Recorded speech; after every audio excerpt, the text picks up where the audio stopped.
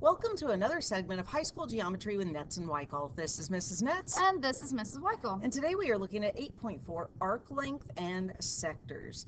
So what will we be learning? Well, by the end of the lesson, you will be able to find the length of a section of the circumference of a circle. Why will we be doing this? Well, the relationships will be used in higher levels of math and will be on your assessments. How will you know it? You will know you've mastered it when you can find the correct percentage of the circumference or area. So you can kind of think of this as you're finding a part of the circumference, or you're finding a part of the area of a circle. These are actually not very bad problems. They're actually pretty easy. Pretty easy. I would definitely have your calculator out to help you with multiplying and dividing, and then finding your approximate answer at the very end. Lots of proportions. Get ready for Hey, look, here's our first one. A proportion. So arc length, we know that an arc is a piece of a circle. We know that an arc measurement is a piece of that 360 degrees that a circle will equal.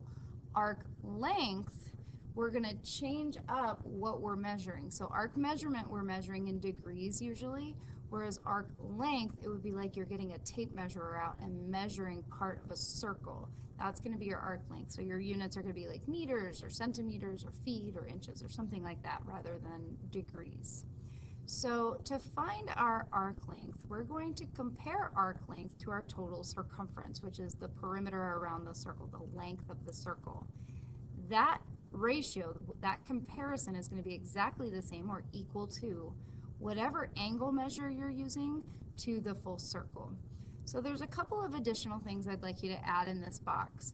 We know that an angle can be measured in multiple units of measurement. One is degrees that we know, and then the other one is radians. So please note that our angle measurement that we use can be degrees or radians. Depending on what unit of measurement we're using for angles, that's going to determine the denominator of our first fraction here. We know that if we're dealing with degrees, the circle measure is going to be 360. But if we're working in radians, then our denominator is going to be 2 pi. So it depends on which unit of measurement you're using. So if you have a degree angle, it's over 360. If you have a radian measure, it's over 2 pi. Our arc length, remember, is just a piece of our circumference, so it's going to be smaller than the total circumference. And then lastly, to find our, or determine our circumference, it would be 2 times pi times radius. If you, like me, like to look things up on the internet for extra help, you may find what I have at the very bottom. This is actually your arc length formula. You'll probably see it written on Google or on the internet. Basically, what we've done in teaching you the proportion, you can derive the formula from the proportion. So if I were to solve for arc length, I would have to multiply both sides by circumference, which turns into basically your angle measure over circle measure times whatever the circumference of the circle is. That's going to give you that arc length formula. So if you see that, it's the same thing as the proportion, just written a little differently. All right, so we're going to go ahead and look at this first problem.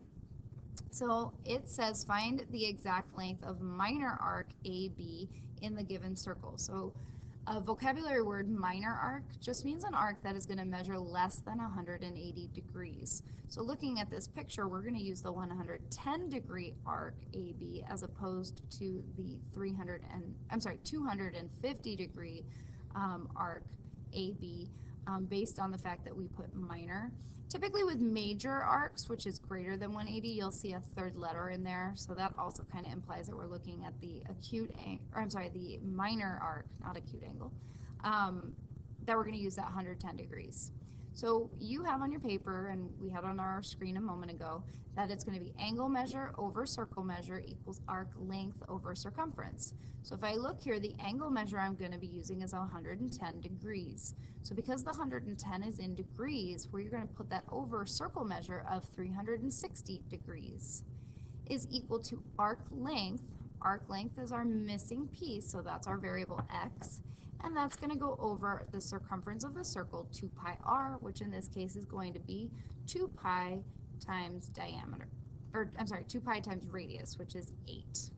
So we have our circle measure and our angle measure, and then we have our arc length, which is missing, over circumference, where we're plugging in 8. When you have a proportion, all you simply need to do is cross multiply.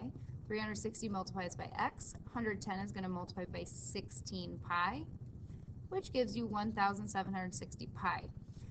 Please note that that pi sign is still a part of the problem. We are not going to touch pi. We are not going to touch 3.14 at all until the very, very, very last step. And I'm only going to touch it because it does ask for an approximate answer at the end. Otherwise, do not touch the pi sign unless you have a calculator that will leave the pi sign in your problem. Most of your calculators, though, are going to approximate it out. Now, Mrs. Weichel, what if I had simplified the 110 over 360? Could I have done that? You could have done that. You could have gotten rid of your zeros and used 11 over 336. So I'll still get the same answer? You will still get the same answer. Right on. All right. From here, you are going to divide both sides by 360. My next little note that I'm going to mention is most, like 99% of your answers, are going to be written as fractions because a fraction usually converts into an approximate decimal. So because I'm asked for an exact length, we need to make sure we are not rounding at all, like not even a little bit. So like for example, this fraction that I have here, 1,760 over 360, is not going to be a nice decimal. So we need to make sure that we use our calculator or we use our brains to figure out what that fraction would reduce to. 1760 over 360 is going to reduce to 44 over 9. Again, please note that that pi sign is still a part of my answer. So the exact length of arc AB is going to be 44 pi over 9. Now, because it does say then approximate to the nearest hundredth, I'm going to go ahead and now hit times the pi sign. Please use the pi sign, and you should be able to get the length of 15.36 meters. Now, you could also think of, we keep saying leave the pi is still a part of the answer. You could also think of the line where we have 1,760 pi over 360. That is really 1,760 over 360 times pi over 1. So basically you're simplifying the fraction and then not multiplying by that pi over 1. Yeah, and then in the next step, again, that's 44 over 9 times pi over 1. So we're just not completing that last step of multiplication until we're going for our very final answer. Exactly. All right, so the next one, we have to find the exact length of arc AB using the angle measurement of 7 pi over 15 and a radius of 12. So again, look up at the top of your notes. We have angle measure over circle measure is equal to arc length over circumference. Now we know that the circle measure is, we're not going to go with 360 degrees because now we're looking at radians. Exactly. So how far is it around the circle? I think we've talked about this. Right, so remember 360 degrees, we're going to use 2 pi instead of 360 because 2 pi is our whole circle measure in radians. And then you're going to put that equal to x over 2 pi r, and in this case, r is 12. So you're going to get something that looks like this. Oh my gosh, there's like a fraction and a fraction. Yep, we have a complex fraction here. So a couple little things are going to happen at this point. One, if you absolutely hate the way this looks and this scares you to death, get your calculator out. You could, if you wanted to, you could convert 7 pi over 15 into degrees by multiplying by the conversion of 180 over pi. We learned that in 8.5. No, 7.5. So if you're okay with leaving it in radians, the next thing you're going to do is look at some things that can cancel out. So at the very least, you could cancel these 2 pi signs, and then you're just going to multiply everything out like we did with our degrees. Now, now keep this in mind. We can cancel those 2 pi signs because remember, that top number, the number in your numerator, is really 7 over 15 times pi. So you have 7/15 pi, and then you have 2 pi in your denominator, so the pi's cancel. What I prefer to do, and I love when I'm given radians because a really cool thing happens. Because our whole circle measure in radians is always going to be 2 pi, and our circumference is always going to be 2 pi r. You could multiply both sides by 2 pi, and what's going to happen is those 2 pi's are going to end up canceling out. So because our 2 pi's cancel out, you're left with x multiplying to 1, which is what we wanted. And then this way you're multiplying just that radian measure by the radius. So when you're given radians for arc length, really all you're going to do is, and look at the picture, the radian measure times the radius, and that's always going to give you your answer. So I actually usually convert my degrees into radians because that's such an easy conversion, and then multiply it by your radius and you get your arc length. So definitely, while yes, we've got this set up as a proportion to show you the math, make a note that really it's just radians times the radius. For arc length, yep, which I love. So those of you maybe that don't have really fancy calculators, I worked this out piece by piece. Right here, what's happening really is 7 times 12. So if you do 7 times 12 and that pi sign is still just part of the answer, you get 84 over 15. Those of you that have a little bit of a nicer calculator, if you put in your calculator 7 over 15 times 12, it's going to just give you the reduced answer. So you might not see this middle step depending on how much you do all at once. But all in all, you should end up, no matter what method you use, whether you convert your radians to degrees, or you cancel out just the pi signs in the left fraction, or you cancel the 2 pi's out like I did, all of those 3 methods are going to get you to the same answer of 28 pi over 5 centimeters. Now keep in mind that the reason why it's 7 pi or 7 times 12, again, I'm going to say the same thing again, is that really this is 7 over 15 times pi over 1 times 12 over 1. And when you're multiplying fractions, you just multiply your numerators and then multiply your denominators. And since order doesn't matter with multiplication, that's why you saw Mrs. Weichel multiply 7 times 12, and then she just left the pi. Exactly. And then when you do 28 over 5 times pi, when you actually work it out in your calculator, you should get an approximate answer of 17.59. Excellent. Okay, so the next thing I want to talk about is a vocabulary word that you have at the bottom of page 31. Yep. When you have a circle,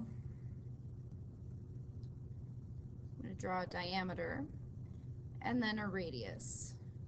When you have 2 radii being connected by an arc, like this space right here, this is called a sector. S-E-C-T-O-R. It's literally like a slice of pizza. We are going to find the area of sectors. Or you can think of it as finding area of part of a circle. Of a part of a circle. Exactly. So that should sound very similar to what we just did with arc length. If you remember, arc length to total circumference, or a part of the circle to the total circle circumference, was equal to angle measure over circle measure. Well, if you look here, finding the area of a sector, very similar proportion. Once again, we have angle measure to circle measure is equal to whatever the area of the sector we're finding to the total area of the circle. So a couple of review things. Remember, angles can be measured in degrees or radians. And then circle measure is going to depend on your angle measure. If we're in degrees, we use 360. If we're in radians, we use 2 pi. Area of a sector is just a piece of area. It's not a full circle area. And then on top of area of a circle, which if you recall is found by pi r squared. Down at the bottom is what would happen if you solved that proportion for just area of a sector. You end up multiplying both sides by area of a circle. So the formula for finding area of a sector is angle over circle times area of a circle. Makes total sense. So arc length and sector, pretty much exactly the same thing, just this is the only part that changed, really. You have the piece that you're finding, and then it's over either circumference or area, depending on what we're finding. And think about that formula down there at the bottom, area of a sector. So the angle measure over the circle measure, that's telling you the fractional part that you have that is this That's how piece much you're of the circle you're finding. how much of the circle that you want to find. Well, that makes sense then that if you want to find 1/10 of a piece of the circle, you would then take the whole circle and multiply by 1/10. So hopefully that helps that formula down there at the bottom make a little bit more sense. Yeah. All right, so let's go ahead and do a couple. So for this one, you're going to find the area of sector ABC, which is the shaded part that you're given. The angle measurement that you're given is 125 degrees. So because it's degrees, we are going to put that over a total of 360 degrees. Then that's going to equal sector area over circle area. So sector area is what we're finding, so that's your variable. And then that's going to go over pi r squared, which in this problem is 3 squared. From here, you could reduce this fraction if you wanted, or you could just start cross multiplying. So 360 times x is 360x, and then 125 is going to multiply by this, which is 9 pi. When you multiply 125 by 9, you get 1,125 pi. And then we're going to use the division property to divide that 360 out. The last thing we need to do is to determine what this fraction would be in reduced simplified form. And you should be able to calculate that that is 25 over 8 times pi, or 25 pi over 8. Lastly, the approximate answer that it is asking for would be about 9.82. Please notice that both of these are measured in meters squared because this is area, and we all know that area is always given in square units. All right, the last one of these, again, just like with arc length, I went ahead and gave you a degree one that we just completed, and now I'm giving you a radian problem to try. So because we have 7 pi over 15 radians, we're going to go ahead and put that over 2 pi for our circle measure, and then x over pi r squared is going to turn into 8 squared. This one doesn't have anything nice that we can cancel out right away like we could with arc length, unfortunately, but as I stated earlier, these pi signs over here can cancel out. So if we cancel out these 2 pi signs, 2 is multiplying by x, and 7 over 15 is going to multiply by 64 pi. The next thing you're going to do is you're going to divide the 2 out. Now, because we do have a fraction here, I'm writing this as you would write for dividing fractions. We divide fractions by multiplying by reciprocals. So rather than showing divide by 2, I'm going to show this as multiplying by 1/2. As Mrs. Netz mentioned earlier, when we're multiplying numbers, it does not matter what order you're doing it in. So we have 7 over 15 times 64 over 1 times pi over 1 times 1 over 2. So if I look at just the top numbers, or the numerators, I have 7 times 64 times 1. And then on the bottom, or denominator, I just have 15 and 2. So if you work this out by hand, piece by piece, as I just mentioned, you're going to get the not simplified answer of 448 pi over 30. If you plug a lot of this in your calculator all at once, it will reduce it for you right away, jumping you right down to the exact answer of 224 pi over 15. That is approximately going to be equal to 46.91 centimeters squared. All right, the last part of today's lesson, we're going to be looking at everything we've learned so far. So we were given that angle measure to circle measure is the same as arc length to circumference. That's what you all have in your notes. Would it then be true to say that arc length to circumference is the same as angle measure to circle measure? That is our symmetric property. I flipped the proportion. That would be a true statement. I just flipped it. So we know that arc length to circumference is equal to angle measure to circle measure. We were also given that angle measure to circle measure is the same as area of a sector to area of a circle. So the one thing I want you to notice here, and I'm going to just use my colors here to bring it home to notice it, both arc length and circumference and area of a sector and area of a circle are both equal to the same exact thing, angle measure to circle measure. So if I have two things equal to the same thing, are those two things then equal as well? Well, if you remember, if A is equal to B and B is equal to C, then A is equal to C. Sounds a lot like the transitive property. That is transitive property. So again, we are able to use the fact that arc length to circumference would be equal to area of a sector to area of a circle through transitive property, because they're both equal to the same part of the circle, the angle measure to circle measure. We're going to use this to answer the last two problems. So in the last two problems, if you notice, I'm not giving you a degree or a radian measurement, but what I am giving you is the area of sector. So I'm giving you the area of sector CAT is 320 over 9 times pi feet squared. You have a diameter of 32, and I want to know the approximate arc length of CT. So for this, again, we're going to use that combined proportion where we know that area of a sector over area of a circle is equal to arc length over circumference. So we're going to go ahead and create our proportion. We know that this is our sector because it was given. We also know that if I have a diameter of 32, I have a radius of half of that, which is 16. So the circle area would be found by doing pi r squared or pi times 16 squared. In the other ratio, we have arc length, which is the unknown, over 2 pi r, and we know r is 16. And then from here, you just start solving it. This is going to be very similar to the problem I just previously did with the radian measure. We have a pi over pi. So when we start to cross multiply this, those pi signs can cancel out. 16 squared is 256. That's going to multiply by x. Over here, we have 320 over 9 times 32 pi.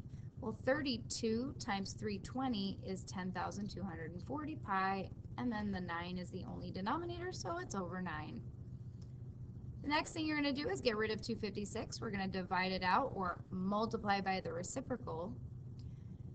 Again, I'm just doing this piece by piece. 10,240 times pi times 1 is our numerator. Our denominator is 9 times 256. If you do it piece by piece like that, this is your answer, 10,240 pi over 2304. If you plug it in your calculator, or at this point you need to plug in your calculator to reduce this if needed, that's going to reduce to 40 pi over 9. Then multiply pi out, you get approximately 13.96 feet. Easy. Well, kinda. Kind of confusing, but luckily we have our calculators to help us. All right, the last problem is exactly the same, just different numbers. I would vote for Pause and do. pause and let them try it and see how it goes. All right, go ahead and pause and see if you can get the approximate length of CT. Okay, so hopefully you guys created this proportion, the sector area over area of a circle. Where did I get 65 from? It's half of the diameter. 130 divided by 2 is 65. Arc length is unknown, and this is circumference. We're going to cross multiply here, cancel out those pi signs. You get 65 squared times x, which is 4225x. And then this way we have 130 multiplying to 5,915 over 24, giving you this number right here. I'm going to go ahead and then divide this by 4225. And then lastly, reduce. And then even more lastly, you get an approximate answer of 23.82. Not bad. Not bad. All right, so there you go. That is this lesson of arc length and sector area. If you have questions, as always, please reach out to Mrs. Netz or myself. Hey, Mrs. Michael. Hey, what, Miss Netz? Did you hear about the teacher? She refuses to teach circumference. Why? She says it's pointless. Because circles don't have any points. That's funny. Kinda. Kind of funny. All right, that is the end of our lesson. The last two lessons in our circle unit are going to be dealing with equations of circles, so hopefully you're excited. Back to like a algebra, More algebra. Yay! All right, thanks so much for joining us. I will get